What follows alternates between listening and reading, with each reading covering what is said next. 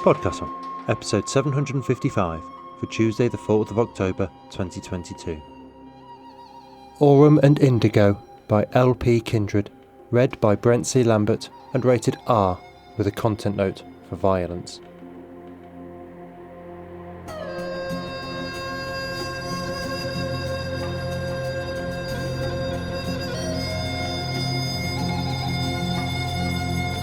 Good morning, good day, good afternoon, good evening, and welcome to PodCastle, the flying castle of fantasy fiction. I'm your host, Matt Dovey, and I am thrilled to present, for your enjoyment, Aurum and Indigo by L.P. Kindred, narrated by Brent C. Lambert. This episode was first published in Queer Blades Anthology 1, December 2021.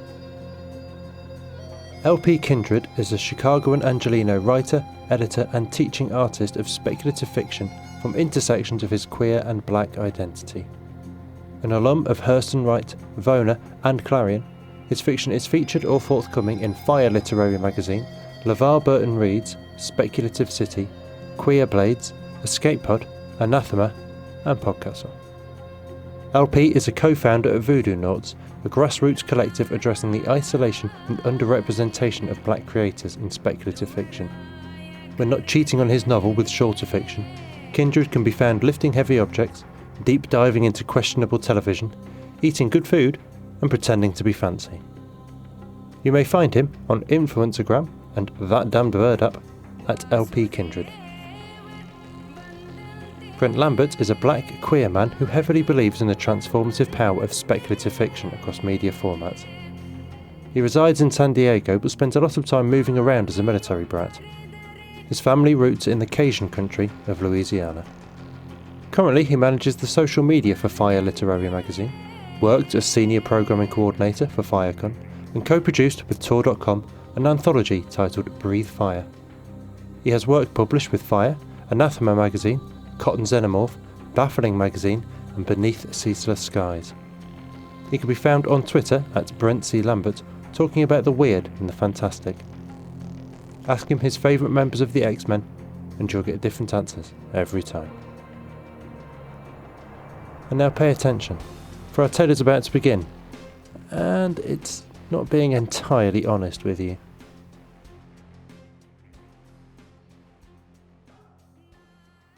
Aurum and Indigo by L.P. Kindred. Aurum sits on a wooden stool, hunched over the oak wood bar, stained darker by shellac and low lights. In spite of them, he stares into his book while a second lies closed atop the bar. His feet dangle, kicking softly. Eyes rake over words, but their meaning never reaches his mind. The barman doesn't offer a mug of ale as often as the sulking leeches whose eyes scrub his body in hopes of finding interest in his eyes. Aurum manages to avert his eyes, the book when they come calling, but his heart triple beats each time the door opens and Shikaway cold invades the warm dark. After scouring the door, he draws his book closer. There is a gentleman caller for whom Aurum journeyed from the deep south to city center.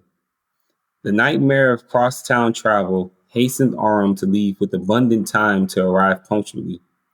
Consequently, Aurum arrived 1 hour and 1/4 before their arranged time to meet. Should anyone be this nervous about a man he's already inundated? The wait has no positive impact on the young man's face or posture. The mirror-lined spirit wall gives him view of the room and of himself. His close-cropped hair offers a sharp contrast to the burnished gold of his skin. He gazes to the looking glass and scowls at the misshapen line that forms the boundary between his scalp and forehead. Men and women enjoy his face, but Aurum sees only the attributes ungainly. When it's 11 hours since the sun's apex and 1 hour since Aurum's arrival, he orders one more honey mead. Then, wanting not to seem rude, he orders another. Then, worried his companion does not enjoy mead, he orders a rum punch. He waits impatiently for the arrival of the shasta when a firm hand claps his shoulder. Already annoyed by the range of impolite and presumptuous men in this bar, Aurum flicks the hand from his shoulder as he turns to see the most beautiful man he's ever been inside of. His skin is darker than the candlelit pub, bluer, but his smile, his eyes reflect the light of stars and the light within his soul. Sorry, the man colored like night says, withdrawing his hand. When such a large man wilts, it's like a mountain slumping as disappointment slow crawls across his face. No, I'm sorry. I thought you were. I didn't think you'd be, but you're. I'm Aurum, he says, holding out his hand to shake. Almost as quickly, Aurum rethinks the gesture as too formal, like the beginning of a business transaction. As the man with skin like night commits to the handshake, Aurum pulls his own hand away. He looks up at the not-so-stranger, face still confused, and follows that man's gaze to the unclasped hand. In a fit of panic, Aurum shoots out to grab the hanging hand, but somehow ends up grabbing the wrist. Mortified with no other option, Aurum places his would-be companion's hand back on his shoulder. Aurum looks up again with furrowed brow. The gentleman seems no less perplexed, but breaks into a belly laugh. The guffaw washes Aurum in relief, and the man says, "You're funny and handsome. All is forgiven if you remember my name." Aurum grins as his eyes take in locks bundled behind the head, jumping as the man laughs. Muscles corded taut and compact between a fitted tunic and an emanate hide parka. Decorative rings wrap his thick fingers. "Your name is Indigo." A smile reaches across Indigo's face like the sun stretching across the horizon at dawn. Indigo's regard causes a quiver in Aurum's stomach. When his eyes avert, Aurum feels a moment of relief until Indigo says, "You look comfortable." Nodding towards the bar, Aurum follows his eyes to the oak wood. 2 books opened. The World the Gods Left Behind and The Truth About Psychopomps lie amid 2 meads, a cachaça, a waterback, and a rum punch. "Are you hydrating?" Aurum closes his books abruptly. Placing books into his satchel, he says, "Sorry, I was early. Sit down." The stool whines beneath Indigo's weight before he slides his knees beneath the bar. Aurum slides one of the meads and rum punch in front of his companion. "For me?" Indigo asks in mock surprise. He lifts the rum punch to his mouth, eyes smiling over the small vessel. He drains it in one drag and slaps it on the wood. Indigo lifts the mead triumphantly. "Cheers me to first dates and second nights." "I'll drink to that." The shot burns all the way down. Aurum feels lightning bugs warming his belly. Indigo's smile seems to have that effect. With a satisfied smack, Indigo claps the mead glass back on the bar. "So Aurum," he pauses, savoring the syllables of the name swirling around his tongue. "Why so early?" "I live in the deep South," Aurum says. "Can't predict when the rail coaches will be on time. Better early than late." "Damn, I wish I arrived earlier." Indigo faces the bar, swinging the mead the barman just dropped off. The dimples cut into Indigo's cheek as he smiles into his cup. Aurum likes his dimples. "So how long you been in the deep?" "Generations, man. I'm so far deep they call it the wilds." Indigo turns to Aurum, smirking. "I know the wilds." Aurum almost spits his mead, but laughs while coughing. "You wear a Namanite parka and a dozen rings. What do you do in the wilds? Buy fissures?" Indigo's mouth opens, then closes. "Fissures? Really? I can't go to the wilds because I like nice things?" "No, you can't go to the wilds because someone would beat the stones off your ears and fingers." Aurum snickers into his glass. I don't wear all this when I go to the wilds," Indigo says, stopping himself. "I want it to look nice for you." Aurum goes hard, but he swallows only air. My dad's a divine priest from the wilds. I was born in Argel, but divine priests don't live there. Hoping to still the red colliding beneath the skin of his cheeks, Aurum asks, Argel is the last South Street in Shikaway. Gods don't speak to the people that far deep. Dad says, wherever you are, when the gods call, you follow. He was learning at Carvery. The sun goddess spoke to him, and he never looked back. Of course, he got called to the north to interpret praise and portents, but that didn't change who he was or where he came from. Yeah, Aurum says. He closes on the eye roll of people leaving the wilds to find better things, but not returning with better things. The cooling lightning bugs settle, leaden in his belly. Aurum tastes durian at the back of his throat, and honeymead cannot wash it away. Not now, he thinks. Not religious then? Indigo asks. Aurum clears his throat, but the taste remains, and the burden in his gut doubles in density. Of course I believe in magic. It was here. If there were gods, they're not here now, and magic is waning. So whatever they did or didn't do for us, we have to learn to persevere in their absence. As a people, as a civilization. There's a pull in Aurum's gut, and it's not drawing him to Indigo. You don't think the gods left children? No obsidian predators? No, Aurum says, hoping his chuckle hides his discomfort. The shadow lions, the obsidian predators, the soul stalkers, too many damn names are folktales my parents told to keep me in bed at night. And with all the power the gods were supposed to have, you think they fucked humans? When Indigo breaks into laughter, Aurum joins too. When the laughter fades, Aurum breathes deep to settle his other aspect. We broke the rules, you know, Indigo says, snaking salted pistachios from a bowl. Aurum's brow shoots up. We discuss religion and politics on the first date. Aurum shifts off his stool. But the first time we met, most of our conversation was in moans. We can count that as the first date if you want. Aurum caresses Indigo's face, and their lips crush, tongues dance. A ripple of goosebumps erupt down Aurum's spine at his brazenness. Any other rules I can break? Aurum watches the breathless Indigo lick his lips hungrily. I'm going to the trough, Aurum says, basking in Indigo's dark radiance. This is the first moment Aurum feels like he belongs on this date. And that's not an invitation to join me. You sure? I'm sure. You won't like me if you join. Who says I like you? Nobody, Aurum smirks, walking away.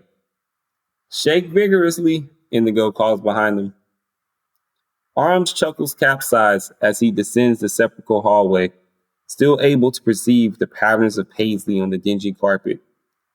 He'd be elated over the quality of this date if it weren't for the anger bubbling up like bile, the need to purge triples as he closes the cubicle door and releases neither bladder nor bowel. Aurum feels the pull like a magnet in his gut. He lifts his shirt and relieves himself. From the soft flesh of his belly, a lion-shaped shadow pounces. The further it flees, the more it materializes, the less Aurum continues to be. Just a collection of thoughts following a beast made of night in its abysmal pit, a divine hunger motivating the feral shadow to prowl the streets of Shikaway. Aurum's other aspect, Morche, stalks the essence of the dying. If there were one closer, biology and thaumaturgy would draw that shadow lion to corpse to be.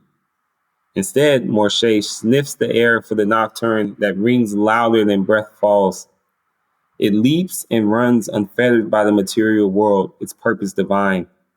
Through a hotel's revolving door and up 20 flights of stairs, never tiring, never wavering. Its paws pad down the soft carpet to a room. It enters through a closed door, unbidden. A disembodied bystander, Aurum follows as a will without means, mostly annoyed. The Athame glistens in silvery metal and crimson lacquer. Its handle juts from the wiry carpet of brown hair, which obfuscates even a man's nipples. White pools in its navel and curdles in the hair below. The heart the author may pierces cannot fail to press blood through the body, which glistens as the soul gathers itself to depart. The beast stalks to the man, licking his dusky face, his eyes flatten in recognition. The words are felt more than heard, same as Aurum's feline head nod. No, no, no, no. Moshe's mouth hovers over the man's. The great beast inhales the essence clinging to the man's body. Aurum fills the other men, a twink playing conduit to a ginger and a sportsman in the room, but the lion composed of shadow isn't here for the murderers, only the murdered, only the wrong. The obsidian predator finishes feeding, licks the corpse's mouth closed, and turns to leave the room when the ginger looks up from his ministrations, wailing, pointing to an invisible lion. He's slender and fair, freckled and wiry, swinging and naked. The moment is uncommon. Crafts are easily found in Shikaway, but the sight is a divine gift. Gods are no longer here to bestow such gifts. The sportsman and twink look on baffled. Under normal circumstances, Morshay would pad back to the bar, elated by the freedom of presence. But the last thing Aurum needs is this person following his other aspect back to the beautiful, dark-skinned man waiting for him to return from the laboratory. Aurum shunts his shadow aspect back to the last place he held physical form. Sorry about that, Aurum says, installing himself back onto the stool. The ricochet back to the place where he unleashed the beast is known to disorient. Before returning to Indigo, he pulled on the drought to address the likelihood of vomit and the reality of migraine. A calculated risk to return to his date. Where were we? This book says shadow lions were wild and a scourge until they were bound to a tribe of humans, tethered to temper them. Aurum catches the crease in his brow. He knows this. The book doesn't cover the vessel's veritable immortality, or the compulsion to serve, or the agonizing ceremony by which an obsidian predator is bound to a human. Instead, Aurum says, yeah, weird that there's scholarly work on folklore, right? Aurum wanted to know how little the world understands about his service. How credible is that work? I mean, there's no evidence of the divine bastards and soul stalkers, but thinking about it is fun, Aurum grins. The men laugh. Does Dephilia pay? Indigo asks. It doesn't. I create books for a merchant. Then you read a lot, Indigo asks, surprising his lips. I do. Do you? Not as much before school. Now the last thing I want to do is bury my face in a book. Words weren't meant as offense. That's what Aurum repeats to himself before speaking. And what do you do? I'm a healer to mothers and children. A midwife? No. Doula then. My bad. No, I study the science and craft of healers, specifically for expecting mothers and unborn babies. Sounds fancy to me. If fancy is an analog for stressful, then yes. No, Aurum laughs. It is not. And maybe you could read a book to unstress. Nope. I've already met a bookish redbone who understands stress relief. Are you proposing? Aurum asks between smiling lips. Yes, but not marriage. Then what? Aurum asks. If Indigo were 12 shades lighter, he might have blushed. I don't know. When there's a connection like that, I invited you over because I need it. Indigo twists at the trunk to accent his words before finishing. An alignment. But I never got like that. Aurum feels a twinge in his middle. He's not as dark as Indigo, so the red hops up all into his face. That's sweet, I think. The flavor of durian attacks his throat like a neck chop. He swallows the retching that plays at his stomach. Keep thinking about it while I break the seal. Indigo rises from his seat. And don't follow me to the bathroom. You should be so lucky. Aurum smiles. Aurum's stomach drops. Morche roars inside him, pulling the leash. It smells blood, and it pulls them both. Aurum almost winks out of existence as the shadow lion leaps against their tether. Hey, Aurum says to the barman, I need to step out. Tell this guy I'll be right back. The barman nods. Aurum walks into the Shikaway cold. He doesn't even realize he's leaving his coat until he's outside. He starts down the narrow alley at a run, but he only makes a few steps before Morche ricochets to the hotel room. The same hotel room. But instead of one corpse, there are 3 more expiring atop the 2 full beds. A curious tableau for sure. But Morche stalks for this essence to collect. The obsidian predator leaps onto the bed closest to the window, its blanket flowered in oranges, yellows, and sienna to complement the bright brown carpet as a red soaks into the fabric around the twink. The wildcat of presence and absence hovers its mouth over the face of a man more dead than alive, shimmering with a soul in transition. The gravity of Morche's mouth catches the man's jaw in its orbit, prying it apart. And as the mouth opens, an energy, a force, an essence begins to flow from the dying man into the cat's mouth. Like light passing between stars, the imminent corpse shines the last of itself into the great beast's abysmal gullet. When the light is consumed, the cat licks his chops before licking the man's mouth closed, a sign of respect. Morche bounds from one bed to the next. It's midair when it realizes the scent. There are 2 more bodies, but the scent of a single reapable essence to collect. The last one is very much in use. As the shadow lion pads down onto the bed, the not dying man, the ginger, swings the blade of bronze, sacrifice, craft, and blessings between its ribs. Aurum feels the pain in his own side, though duller than the howling shadow lion does. With the afterman at his side, Morche cannot be invisible or immaterial, so it falls to the ground. Feet first, rearing up and growling. The ginger leaps to his feet, a maniacal expression emblazoned across his face. Only meant for a ritual sacrifice.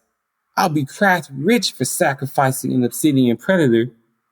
Like a torch, all his hair bursts into flames, his armpits, his mane, and his pubic hair. Aurum's mind reels. Sacrifices made sense when the gods walked, but now they're tantamount to thaumaturgical bloodletting. Also, a literal fire crouch. The shadow lion roars and reefs instead. The ginger whips his open hand at Morche and it screams. Organ meat squelch as the Athame wrenches itself free and returns to Fire Crouch's hand. Athame ready. Fire Crouch looks for Morche to Aurum's disembodied presence. Fire Crouch's God's given sight is more potent and dangerous than Aurum perceived.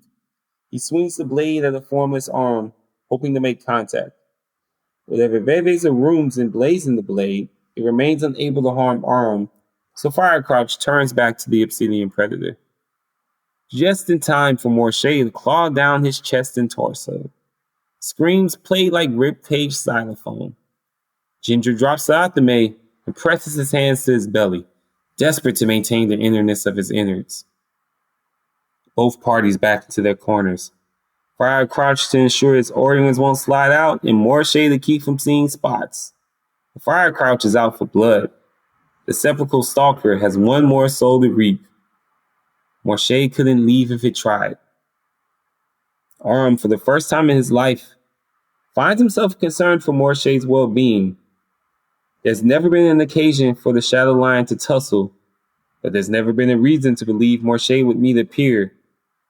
But Fire Crouch's attacks hurt more than Morche, and Aurum isn't as sure he's as durable as his other aspect.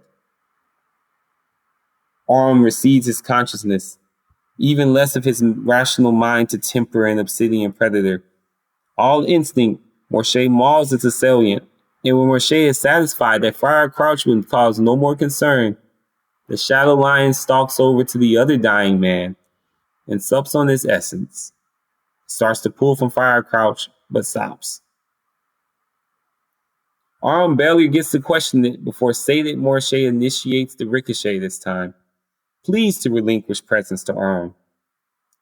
Cold in the snow, Aurum runs down the alley back to the pub. There are twinges of pain and looming vertigo, specters of damage inflicted to Morche. He turns the corner and runs into a wall named Indigo. The barman said you went outside. At last call, I came out looking for you. The set of Indigo's jaw only leaked smoke from the spliff in his hand. When the bar closed, I gathered your belongings and waited outside for 1/4 of an hour to tell you about yourself. Aurum grew up in the wilds, trained his mind for clapbacks in the dozens. He's good at protecting himself and protecting his secret. But Indigo is right, and Aurum is tired. Tired of lying, tired of being alone, tired of being commandeered. Aurum's stream of thoughts crash into his chest like the satchel pressed against it.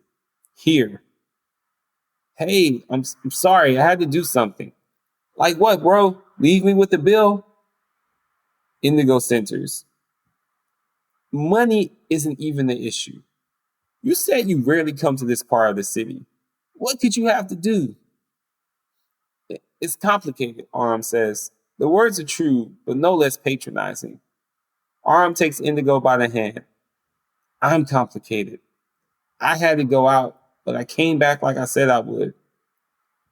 Indigo snatches his hand away. You told that to the barman. He never saw you again. Do you know I spent more time waiting on you than actually spending time with you? Do you know what I could be doing with my Friday night? That question softens Aurum's posture. No, but you could have found someone in the pub, I'm sure. No, you don't get to do that. I can find someone anywhere, just like you. I came here for you. I came back. Aurum pleads this as his mind metabolizes Indigo's words. Wait, you think I was with another guy? Thank you so much for coming back, Indigo says. I'm honored. Indigo walks into Aurum's shoulder to knock him off balance. Aurum turns, watching Indigo create more distance between them. I'm sorry, Aurum says. Indigo stops walking and hope springs in Aurum. I'm sorry. Upon repetition, Indigo strides forward and away across the alley. As he walks across the mouth of the alley, a man-shaped rocket flies out of the alley into Indigo, knocking him to the ground. Skin pale and freckled, red hair blazing, and not a stitch of clothing in shake-away winter. Firecrouch's hands terminate in his atame and a boomstick, a cane that strikes like a hammer and thunders when it does. Adrenaline must be the ingredient keeping the cold from harming him, but Firecrouch steams atop Indigo. Each blow from the boomstick delivers the impact of a thing 10 times as dense, and each impact lands on Indigo's face. When the darker man is prone on the ground, Firecrouch beats Indigo's head, and even booms can't mask the crack of bone beneath the beating. The comely curves of cheekbones and forehead and smile are concave, crushed. Aurum's breath catches in his throat. Firecrouch stabs Indigo's heart with the atame. Aurum can't even scream. An open hand calls the atame from inside Indigo, inside the corpse. Firecrouch stands dangling. I think you have something I need. Lie. I don't know what you're talking about. Aurum backs away. I saw you in the hotel room. That cat's beside you right now, trying to claw its way out. Firecrouch is in Rome. Morche wants another go, and Aurum is all that's standing between it and round 2. Whoever you think I am, I'm not. Tell that to your boyfriend. Aurum should mew out right now, but he's in shock, and no one can see him switch aspects. The rules. Aurum isn't a fighter, and he stands no chance against the guy who dropped Indigo. Indigo. He chances a glance at the face, searching its mark for beauty. Aurum watches for the weak chest falls. In that moment, Aurum's rage dovetails with Morche's. Whatever sight Firecrouch possesses, He did not see Morshé shift into presence this quickly, let alone the great beast attacking him so viciously. The ball of midnight and anger flies at Firecrouch's crouch, knocking out his center of gravity. Ginger tumbles, but not before kicking the shadow lion in its wounded side. That knock rattles Aurum on an astral level, while Morshé fights on, undeterred. The binding made Aurum a leash to Morshé, but in this moment he stands witness to the savagery the shadow lion wreaks.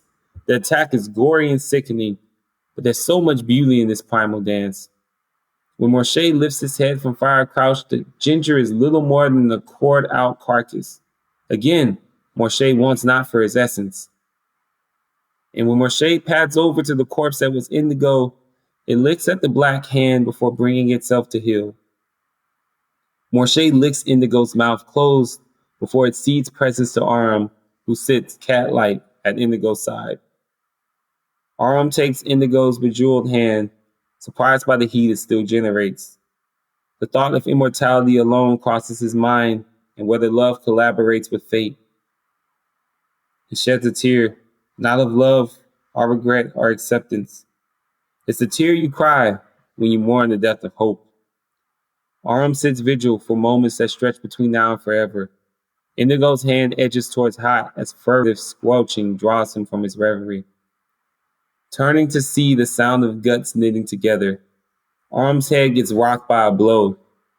Behind his closed eyes, Aurum sees bursts of red and green and blue, and the throbbing above the temple feels like his brain bleeding. Gravel pokes at his face while the cold of snow melts the water against his skin. Aurum lays still, afraid to move out of fear his body won't respond. Aurum wriggles his toes. He opens his eyes and pushes himself to tabletop, just in time to feel a swift kick to his stomach. Aurum collapses again, this time coughing into fetal position. Turn into the cat. The closeness of the voice startles Aurum almost as much as Firecrouch's yellow-toothed smile. Ginger squats low, dangling, one hand holding the Athame, while the other holds his viscera in place. With the sun rising behind him, he looks like an angel. Morshé pulls at the leash it shares with Aurum, but he won't let his aspect take over. This is a trap. Firecrouch plunges the Athame between Aurum's ribs, and Aurum's shriek could summon the dead. Do people lose the capacity to discern colors as they die? The sunrise doesn't cast blue light, and Aurum hopes it's just shock. Just turn, Firecrouch says. Even if you feel it, I promise it'll be fast.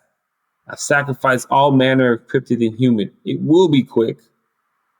Aurum thinks the blue light comes from Firecrouch's balls for a second. That is shock. Warmth radiates from them, he thinks. That is shock. Callum! The voice is cavernous, cacophonous. Its sound hits Aurum on the physical and the astral. Even Morshé whines. And despite the effect, Aurum knows the voice and refuses to believe. Also shocked, Firecrouch falls to a knee and turns to see Indigo's should-be corpse. A squeak releases, and the Ginge crab walks back, tumbling on the Aurum onto the ripberry Athame, only for a moment before crawling further away. The corpse stands, black as a starless night, except for the space where the head should be. Scorched vestiges of the Namanite parka and pants falling away. Azure light conforms to the contours that made Indigo's face beautiful. Against the light, his skin looks ebon, igneous until it cracks to let more of the blue light escape. Morshé pulls at the tether now, but to run not toward Firecrouch, Callum, but away from Indigo. Aurum hears Callum's bare feet pound the snowy pavement when Indigo lifts a hand. The bolt of blue pierces Ginge through the gut, shearing his lower extremities from his thoracic cavity. Indigo steps over Aurum to touch both halves. It looks like Indigo pushes the blue light into the pieces of the man until that's all that exists of them. Blue light. He stands and stalks back to Aurum. The glare that was Callum dances into the air like northern lights before returning to their master. He pulls the Athame from Aurum and reaches for his body with the glowing hand. Aurum winces away, but Indigo speaks to him finally in the same voice Aurum remembers from ecstasy. I've got you. Beneath the glowing hand, Aurum feels a spike of agony, a scream, tissue tearing in reverse. Aurum's healed. You're an obsidian predator. Aurum looks at Indigo, so bright, but not blinding, surprised to be surprised, until he realizes Indigo's words are more interrogation than declaration. Bonded to one, yes. Gulps. Your father was a priest from the wilds. Priests don't come from the wilds. At these words, Indigo cocks a smirk. You're a divine bastard, Aurum says. I hate that term. Indigo breathes deeply, slowly, and his brightness recedes to a dull blue. Choices of the parents shouldn't define the children. Indigo's words sting. My parents bound me to a soul-sipping silhouetted psycho pump and called it a gift and an honor, Aurum says. Then got mad because I'm not making a family line to drop this burden onto. Now Indigo's skin slowly returns to his deep umber tinged with cerulean. Sun goddess? Indigo nods, and the awkwardness between them blooms like an orchid, beautifully but difficultly tended. You left to eat souls? Fairy souls? I can't really stop it if I'm the closest to essence in need of transportation. I can stave it off for a little, but Morche acts on instinct. Morche? Indigo laughs. Mom wanted to name me after that cat. You were almost... Of course your mother would know the shadow lines. Aurum laughs. Wait, you knew that guy? Yeah, he was my nephew. My apologies. Nephew? Divine bastards, right? Demigods, that's the preferred term, can have kids. They have less miracle in them, but much more than the average human. Some of them are obsessed with grabbing more craft. Hit them with that divine power, nothing there to reap. Morche can't carry thaumaturgy. Gives it indigestion. Aurum thinks to stand. Shock and adrenaline fade, and cold sets into his bones. He collects his belongings. When he gets to his coat, Aurum offers it to naked Indigo. You'll need this more than me. Thank you, Indigo says, tentative. Are you okay? Yeah, Moshe is immortal, so he took the brunt of that. That was a lot. How'd you know Ma is the sun goddess? Young stars are blue, Aurum says, staring into his eyes, his smiles, his dimples. He wraps a scarf around his neck and starts off. Where are you going, Indigo says. Aurum says, we. Wait a minute, what? In a world where magic is dying, we are made of this shit. There might be others like us, but we found each other. I am a pariah for my pride tribe and must secret this part of me from anyone I meet. Aurum says, his eyes communicating this pain to a place within Indigo where it reflects. I don't know what this is or what it could be, but the truth feels good. You feel good. The smile emblazoned across Aurum's face is contagious. Indigo spreads like the sunrise. Now I've had a hard day, and I'm horny, and I like nothing more than the right coat wrapped around you. When Aurum pulls away from the kindest and gentlest kiss he shared with Indigo, there's an intimate warmth coming off the taller man. We, Aurum pauses for emphasis, are going to your place. Indigo holds out his hand. Aurum takes it.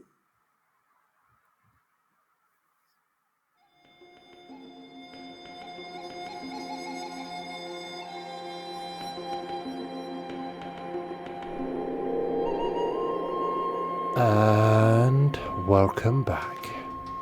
That was Aurum and Indigo by LP Kindred, and if you enjoyed that, go check out his story at Escape Pod as episode 805, open 27 hours from October 2021. LP centres these notes on this story. This story leapt from a prompt about the nexus of queer romance and epic fantasy.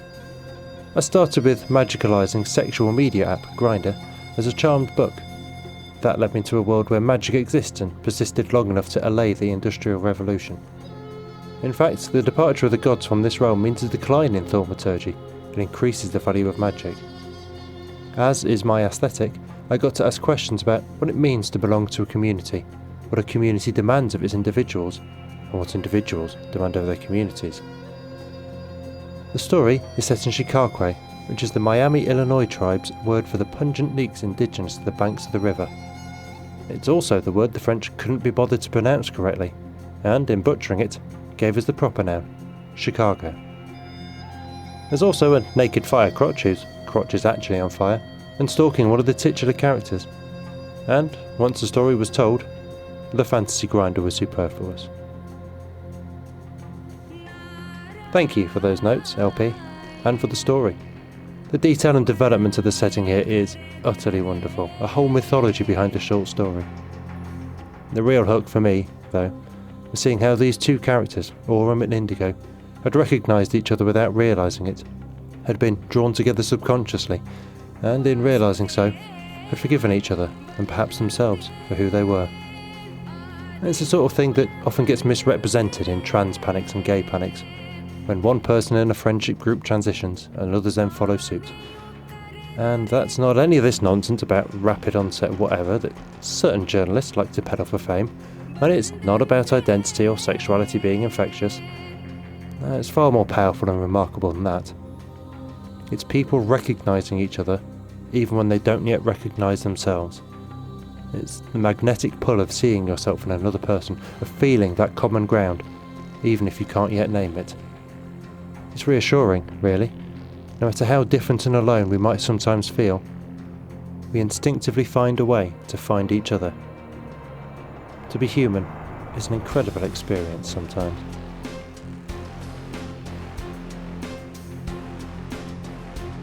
That was our show for this week. On behalf of everyone at PodCastle, your co-editors Shingai and Jerry Kakunda and Eleanor R. Wood, assistant editor Sophie Barker, audio engineers Devin Martin and Eric Valdes, forum moderator Ossicat, and our many wonderful first readers, Aidan Doyle, Andrew K. Ho, Craig Jackson, Amalia Harrington, Hamilton Perez, Julia Patt, Caitlin Zavanovich, Kieran Corsini, Ryan Cole, Sarah S. Messenger, Shrikripa Krishna Prasad, Tava Nova, Tierney Bailey, Zeev Wheaties, and myself, Matt Dovey. Thank you for letting us share another story with you. The Legal Bit. PodCastle is part of Escape Artists Incorporated, and this episode is distributed under the Creative Commons Attribution Non-Commercial No Derivatives 4.0 International License. That means you can share it, and please do, but you cannot sell it and you cannot change it. If you want specifics, check creativecommons.org. Our music is by Shiva in Exile. Everything we do on PodCastle is 100% donor funded, and if you'd like to support what we and the rest of EA do, please join us on our Patreon at patreon.com/EA Podcasts. Prefer another method? There's details for supporting us via Twitch, Amazon Prime, Ko-fi and PayPal, all on escapeartist.net. We'll be back next Tuesday with another fantastic tale. In the meantime, you might care to check our sister podcasts, Escape Pod for science fiction, Pseudopod for horror, and Cast of Wonders for YA speculative fiction. If your heart belongs to us, though, we'll see you next week. Be safe and be kind.